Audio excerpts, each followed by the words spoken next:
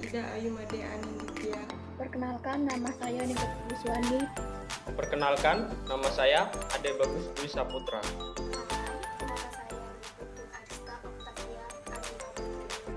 Perkenalkan, nama saya Imade Agus Gunawan. Dan saya Hinyoman Ayu Komaladewi. Kami mahasiswa Sekolah Tinggi Agama Hindu Negeri Gede Puja Mataram, Prodi Pendidikan Agama Hindu semester 2. Dalam video kali ini, kami akan membahas tentang pemikiran filsafat pendidikan di era reformasi. Adapun hal-hal yang akan kita bahas di dalamnya, yang pertama, latar belakang dilakukannya reformasi pendidikan. Kemudian yang kedua, apa sih peranan filsafat pendidikan dalam pengembangan ilmu pendidikan? Kemudian yang ketiga, bagaimana sih kondisi pendidikan di era reformasi? Kemudian yang keempat, perkembangan pendidikan di era reformasi seperti apa? Kemudian yang kelima, apa sih dan bagaimana kebijakan-kebijakan pendidikan di era reformasi? Kemudian yang keenam, sekaligus yang terakhir, apa sih kelebihan dan kekurangan pendidikan di era reformasi? Nah, tapi sebelum kita bahas lebih lanjut, buat teman-teman sekarang yang lagi nonton video ini, jangan lupa ya untuk like, komen, dan subscribe. Oke? Langsung aja. Sebelumnya, saya awali dengan panganjali umat Om Swastiastu. Di sini, saya sebagai pemateri yang pertama akan menyampaikan tentang latar belakang pendidikan di era reformasi. Yuk langsung saja kita masuk pada materinya. Baik, latar belakang pendidikan di era reformasi. Pendidikan mengikuti pola kehidupan. Dalam hal ini, yang menjadi latar belakang adalah masyarakat dan sistem kebudayaan. Sehingga tidak jarang peralihan atau pergantian dari suatu sistem kekuasaan akan mengakibatkan pula perubahan substansi dalam bidang pendidikan. Khususnya di Indonesia sendiri, pendidikan terus berkembang dari zaman prasejarah, zaman kuno, zaman pertengahan, sampai pada zaman modern. Perkembangan politik dan kebangsaan Indonesia dapat dibagi menjadi tiga, yaitu pertama, masa penjajahan, dua, masa awal kemerdekaan yaitu Orde Lama dan Orde Baru, tiga, masa reformasi. Reformasi sendiri dimulai dari berakhirnya masa Orde Baru, yakni pada tahun 1998 dengan turunnya Presiden Soeharto dari kursi presiden setelah memerintah lebih dari 32 tahun. Reformasi yang diusung oleh kaum muda, para mahasiswa seluruh Indonesia yang bergerak demi terjadinya perubahan ke arah yang lebih baik. Hal ini tentunya sangat berpengaruh dalam bidang pendidikan. Berbagai bentuk reformasi terjadi, baik dalam politik, ekonomi, hukum, tentunya juga berpengaruh pada reformasi pendidikan. Walaupun gambaran reformasi pada awalnya serba negatif, namun lambat laun keadaan bisa berubah secara perlahan-lahan. Sistem pendidikan mulai berubah, munculnya undang-undang pendidikan baru, undang-undang pendidikan yang menginginkan sistem pendidikan sentralisasi berubah menjadi desentralisasi. Hal ini sejalan dengan perubahan sistem pemerintahan yang juga berubah menjadi desentralisasi. Singkatnya adalah ditetapkannya Undang-Undang Sistem Pendidikan Nasional Sidiknas yang baru, yaitu Undang-Undang Nomor 20 Tahun 2003 sebagai pengganti Undang-Undang Sidiknas yang lama, yaitu Undang-Undang Nomor 2 Tahun 1989, serta terbitnya aturan-aturan penunjang sebagai kelengkapan undang-undang tersebut berupa peraturan pemerintah, peraturan menteri, dan lainnya. Secara filosofis, maka filsafat yang dianut dalam reformasi ini adalah pendidikan demokratis dan desentralisasi. Di sini saya menjelaskan pengertian pendidikan yang merupakan suatu proses yang berkesinambungan yang mencakup seluruh aspek kehidupan masyarakat, termasuk aspek sosial, ekonomi, dan politik dengan tujuan utama untuk meningkatkan kesejahteraan warga bangsa secara menyeluruh. Pengertian reformasi merupakan suatu gerakan yang menghendaki adanya perubahan kehidupan masyarakat, berbangsa, dan bernegara menuju ke arah yang lebih baik. Sekian dari latar belakang pendidikan di era reformasi. Untuk pendalaman materinya yang lebih jelas akan disampaikan dalam pembahasan materi berikutnya.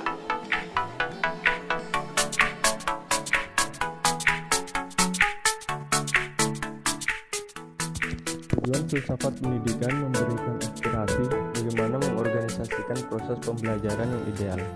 Teori pendidikan bertujuan menghasilkan pemikiran tentang kebijakan dan prinsip-prinsip pendidikan yang didasari oleh filsafat pendidikan.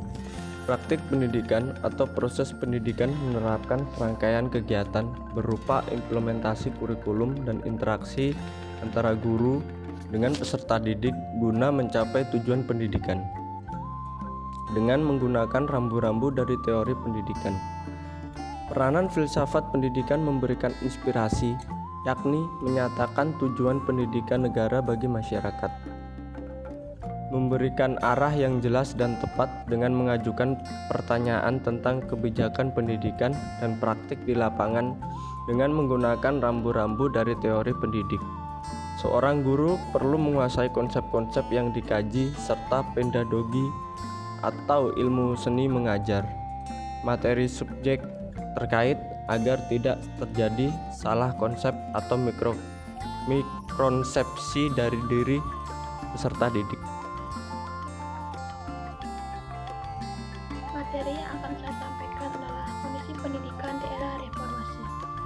Masa reformasi terjadi pada tahun 1998, di mana mahasiswa Indonesia melakukan power people atau demo besar-besaran untuk menjatuhkan Orde Baru atau masa pemerintahan Presiden Soeharto yang sudah berlangsung selama 32 tahun. Demo besar-besaran ini kemudian membuahkan hasil. Presiden Soeharto yang militeristik dan diktator kemudian mengundurkan diri dari jabatannya pada tanggal 21 Mei 1998. Perubahan yang sangat menonjol pada era reformasi adalah dilaksanakannya otonomi daerah sebagai implementasi dari Undang-Undang Nomor 22 Tahun 1999 tentang pemerintahan daerah. Kebijakan tersebut juga berdampak pada berbagai sektor kehidupan, termasuk aspek pendidikan. Dari segi kualifikasi tenaga guru di Indonesia masih jauh dari harapan. Hal ini ditunjukkan dari seluruh guru sekolah dasar, 53% diantaranya berkualifikasi D2 atau statusnya lebih rendah. Dari seluruh guru SLTP, 36% berkualifikasi D2 atau lebih rendah, 24,9% berijazah D3, kemudian guru sekolah menengah, seluruhnya 32% diantaranya masih berkualifikasi D3 atau lebih rendah statusnya. Sementara itu, pengangkatan tenaga pendidik yang baru setiap tahun hanya dipenuhi 25% dari usulan kebutuhan akan tenaga pendidik. Dari aspek pendidikan pada era reformasi, kuantitas dan kualitas guru lebih meningkat daripada masa Orde Baru dan Orde Lama, karena pemerintah pusat melakukan pemerataan jumlah guru dan mengadakan perubahan kurikulum dengan berbasis kompetensi atau KBK. Selain itu, pihak pemerintah juga meningkatkan anggaran pendidikan menjadi 20% dari APB dan 1,56 juta untuk siswa SLTP. Untuk SMTA dan perguruan tinggi, jumlahnya akan ditentukan kemudian. Selanjutnya, disampaikan oleh materi berikutnya. Nah, di video ini saya akan melanjutkan materi tentang kondisi pendidikan di era reformasi. Di sini saya akan menjelaskan apa saja batasan pendidikan yang berdasarkan fungsinya. Yang pertama, pendidikan sebagai proses transformasi budaya, yang dimana berfungsi sebagai proses transformasi budaya, yang artinya pendidikan sebagai kegiatan pewarisan budaya dari satu generasi ke generasi yang lain. Yang kedua, sebagai proses pembentukan pribadi, yang dimana pendidikan diartikan sebagai suatu kegiatan yang sistematis maupun sistematik yang terarah untuk terbentuknya kepribadian kepada peserta didik.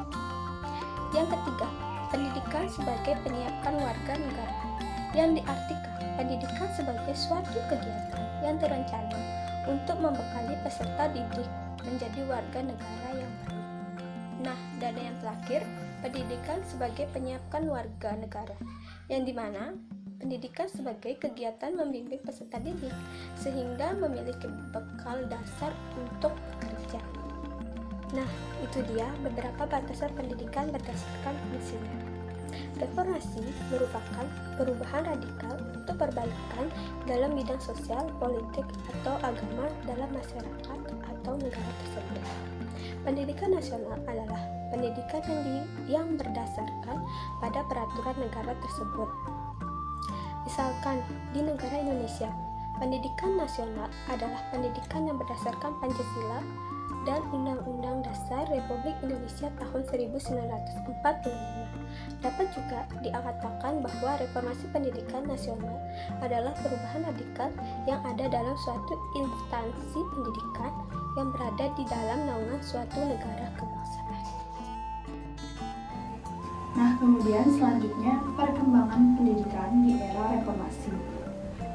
Pendidikan pada masa reformasi mengalami perkembangan yang terbilang lebih maju dibandingkan dengan pendidikan di masa-masa sebelumnya. Pendidikan pada zaman reformasi itu mengutamakan pada perkembangan peserta didik yang lebih terfokus pada pengelolaan masing-masing daerah. Nah, ini biasa dikenal dengan otonomi pendidikan. Nah, kemudian dalam hal tenaga kependidikan itu diberlakukan sebuah kualifikasi profesional untuk meningkatkan mutu pendidikan di Indonesia. Kemudian selanjutnya adalah sarana dan prasarana. Dalam era reformasi, sarana dan prasarana terbilang lebih bagus, lebih baik, dan lebih maju dibandingkan dengan masa-masa sebelumnya.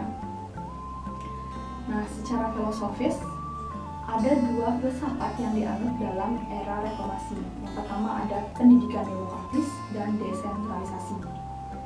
Mengapa sih harus demokratis dan desentralisasi? Kita bahas pertama demokratis. Era reformasi diharapkan mampu memberikan perubahan, terutama dalam hal pendidikan, ke arah yang lebih baik. Sehingga dengan diberlakukannya pendidikan demokratis, masyarakat memiliki hak dan kebebasan dalam mengemukakan pendapat. Kemudian masyarakat memiliki hak yang sama dan setara dalam memperoleh pendidikan yang baik. Kemudian masyarakat juga memiliki kewajiban yang sama dalam ikut serta membangun pendidikan nasional yang berkualitas. Di dalam era reformasi, diharapkan pendidikan bukan melahirkan robot-robot yang hanya menerima petunjuk, tetapi pendidikan yang dapat mengembangkan pribadi-pribadi yang kreatif. Nah, atas dasar pemikiran inilah, makanya dalam era reformasi, pendidikan jelas bahwa sistem dan proses pendidikan juga direformasi. Misalnya, pendidikan lebih kepada menjadikan siswa lebih manusiawi, lebih dewasa, dan memiliki keahlian serta pengetahuan yang lebih. Siswa tidak hanya dididik untuk menjadi robot yang hanya patuh kepada perintah pemerintah, tetapi harus mampu berpikir dan berkembang sesuai keahlian dan kemampuan yang dimiliki. Nah, kemudian yang kedua itu desentralisasi. Desentralisasi itu artinya tidak ada pemusatan. Kehidupan yang demokratis itu tidak akan dapat berkembang dengan baik apabila segala kehidupan ditentukan oleh penguasa dari atas, seperti pemerintah pusat. Jadi apabila pelaksanaan pendidikan dilakukan secara sentralisasi, maka demokrasi itu tidak akan dapat digerakkan dengan baik, sehingga pola yang awalnya sentralisasi diubahlah menjadi pola desentralisasi guna untuk menunjang pendidikan demokratis. Nah, kemudian selanjutnya pada era reformasi itu juga diberlakukan kurikulum untuk menunjang dan meningkatkan mutu pendidikan. Nah, dalam era reformasi berkembanglah 3 kurikulum. Yang pertama ada KBK, kemudian KTSP, dan K13. Jadi mungkin sekian pembahasan mengenai perkembangan pendidikan di era reformasi. Pada dasarnya, pendidikan itu selalu mengalami perkembangan seiring dengan perkembangan zaman. Kemudian pendidikan itu tidak boleh diam di tempat. Kenapa? Karena pendidikan itu harus selalu berkembang. Karena kehidupan ini juga selalu berkembang. Tidak mungkin pendidikan itu diam di sana, diam saja di tempat tanpa mengikuti perkembangan zaman. Maka apabila hal itu terjadi, maka pendidikan kita akan jauh tertinggal dengan negara-negara lain. Sehingga kita harus juga mengalami perubahan. Pendidikan itu juga harus selalu berkembang untuk ke arah yang lebih baik dan juga menjawab tantangan zaman. Seperti itu.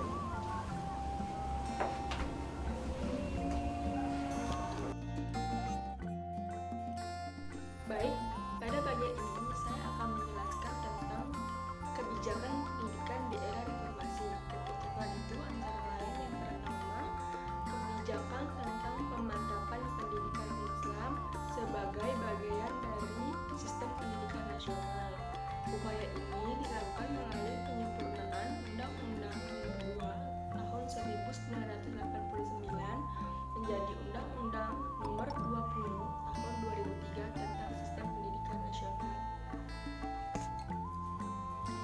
Jika pada Undang-Undang Nomor 2 Tahun 1989 hanya menyebutkan madrasah saja yang masuk dalam Sistem Pendidikan Nasional, maka pada Undang-Undang Nomor 20 Tahun 2003 menyebutkan pesantren, Ma'had Ali Raudatul Atfal, TK, dan majelis talim termasuk dalam Sistem Pendidikan Nasional.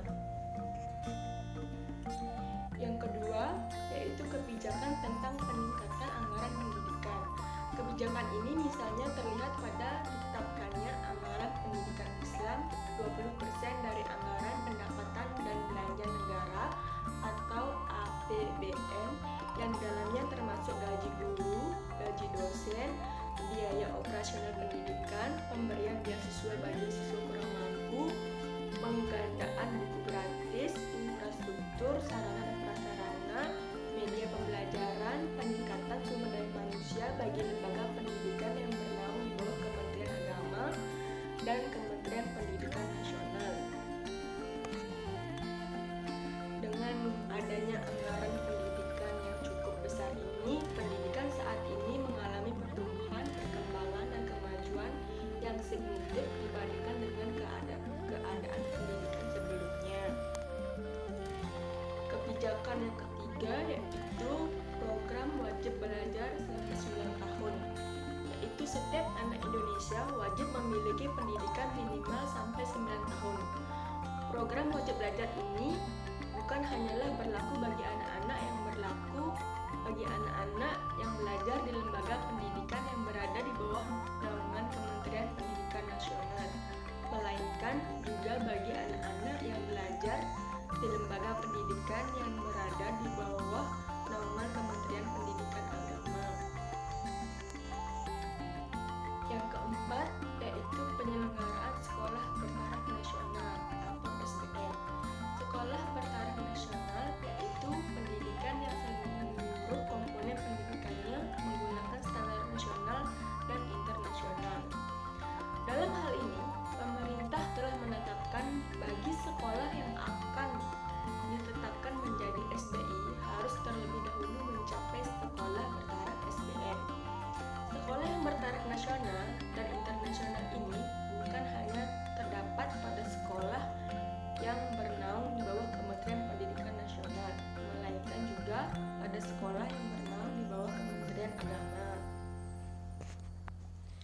Kebijakan yang kelima yaitu kebijakan sertifikasi bagi semua guru dan dosen baik negeri maupun swasta. Program ini terkait erat dengan peningkatan mutu tenaga guru dan dosen sebagai tenaga pengajar yang profesional. Pemerintah sangat mendukung adanya program sertifikasi tersebut dengan mengeluarkan Peraturan Pemerintah Nomor 74 Tahun 2005 tentang sertifikasi guru dan dosen, juga mengalokasikan anggarannya biayanya sebesar 20% dari APBN.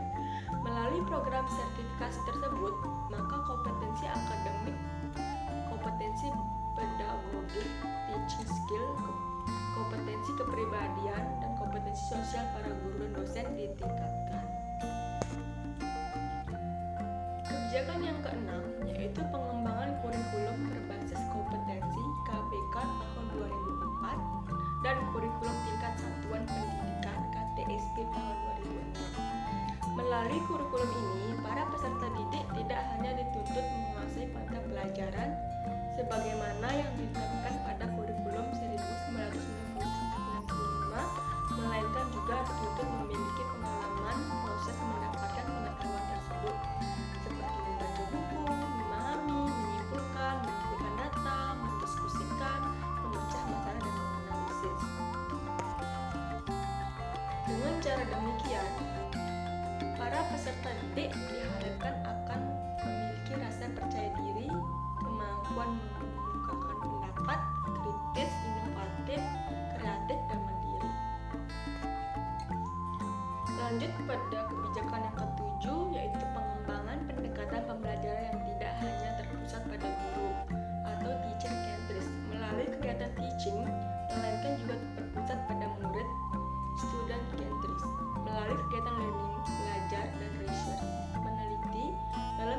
yang partisipatif, inovatif, aktif, kreatif, dan efektif, dan menyenangkan. Dengan pendekatan ini, metode yang digunakan dalam kegiatan belajar mengajar bukan hanya ceramah seperti diskusi, seminar, pemecahan masalah, dan penugasan ataupun tanggapan. Kebijakan yang kedelapan yaitu penerapan manajemen yang berorientasi pada pemberian pelayanan yang naik dan memuaskan dengan pandangan bahwa pendidikan adalah sebuah komunitas yang diperdagangkan. Agar komunitas tersebut menarik minat, maka komunitas tersebut harus diproduksi dengan kualitas unggul. Berkaitan dengan ini, maka di zaman reformasi ini terlahir peraturan pemerintah nomor 19 tahun 2005 tentang Standar Nasional Pendidikan (SNP) yang meliputi pertama, standar isi atau kurikulum, yang kedua, standar mutu pendidikan, yang ketiga, standar proses pendidikan, yang keempat, standar pendidik dan tenaga kependidikan, yang kelima, standar pengelolaan, yang keenam, standar pembiayaan, yang ketujuh, standar penelitian. Kebijakan yang kesembilan atau yang terakhir, kebijakan mengubah sifat madrasah menjadi sekolah umum yang berciri khas keagamaan. Dengan ciri ini, maka madrasah menjadi sekolah umum plus. Karena di madrasah ibtidaiyah, sanawiyah, dan aliyah ini, selain para siswa memperoleh pelajaran umum yang terdapat pada sekolah umum seperti SD, SMP, dan SMP, dengan adanya kebijakan tersebut, maka tidaklah mustahil jika suatu saat madrasah akan menjadi pilihan utama masyarakat. Perkenalkan, nama saya Ida Ayu Putri Yudiani. Di sini saya akan membahas materi tentang kelebihan dan kekurangan pendidikan di era reformasi. Pendidikan di era reformasi memiliki kelebihan, yaitu pendidikan di Indonesia menjadi lebih maju.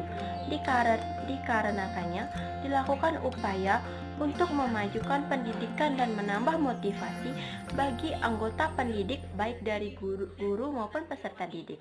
Namun, pendidikan di era reformasi juga memiliki kelemahan. Sistem pendidikan baik yang dilakukan oleh sekolah maupun madrasah yang ada yang selama ini sebagaimana dideskripsikan oleh banyak ahli pendidikan seperti Hattilal, mengandung beberapa kelemahan sebagai berikut. Sistem pendidikan yang kaku dan sentralistik, hal ini mencakup uniformitas dalam segala bidang, termasuk cara berpakaian atau seragam sekolah, kurikulum, materi ujian evaluasi, dan sebagainya. Pendek kata, sentralisasi telah dipraktekkan dalam segala bidang yang berkaitan dengan pelaksanaan pendidikan nasional sedetail-detailnya. Pada aspek kurikulum, asalnya hampir tidak ada ruang sama sekali bagi sekolah sebagai garda terdepan penyelenggaraan pendidikan untuk menambah apalagi ikut mendesain kurikulum yang diajarkan di sekolah. Sistem pendidikan tidak pernah mempertimbangkan kenyataan yang ada di masyarakat. Lebih parah lagi, masyarakat dianggap hanya sebagai objek pendidik yang diperlakukan sebagai orang-orang yang tidak mempunyai daya atau kemampuan untuk ikut menentukan jenis dan bentuk pendidikan yang sesuai dengan kebutuhan sendiri. Kedua, sistem tersebut di atas atau sentralistik dan tidak adanya pemberdayaan masyarakat ditunjang oleh sistem birokrasi kaku yang tidak jarang dijadikan alat kekuasaan atau alat politik penguasa. Birokrasi model seperti ini menjadi lahan subur timbulnya budaya KKN atau korupsi, kolusi, dan nepotisme, dan melemahnya atau bahkan hilang budaya prestasi dan profesionalisme. Terbelangnya guru dan dijadikan guru sebagai bagian dari birokrasi yang merupakan alat politik penguasa seperti uraian di atas, mencengkram kukunya kepada guru. Birokrasi pendidikan telah meletakkan dan memperlakukan guru sebagai bawahan. Kebijakan ini sangat membelenggu profesional guru. Akibatnya, guru menjadi apatis, kreativitas, dan inovasinya mati. Etos kerjanya menurun, dan tanggung jawab sebagai guru yang bertugas mendidik dan mengajar murid juga hilang. Pendidikan yang tidak berorientasi pada pembentukan kepribadian, namun lebih pada proses pengisian otak atau kognitif pada anak didik. Itulah sebab etika budi pekerti atau akhlak anak didik tidak pernah menjadi perhatian atau uluran utama dalam kehidupan baik di dalam rumah maupun di sekolah. Jadi, anak tidak pernah dididik atau dibiasakan untuk kreativitas dan inovasi serta berorientasi pada kegiatan untuk tahu. Kurangnya perhatian terhadap aspek ini menyebab anak hanya dipaksa menghafal dan menerima apa yang dipaketkan guru. Cukup sekian kelebihan dan kelemahan pendidikan di era reformasi yang bisa saya sampaikan. Apabila ada salah kata, saya mohon maaf. Saya tutup dengan para Om Santi.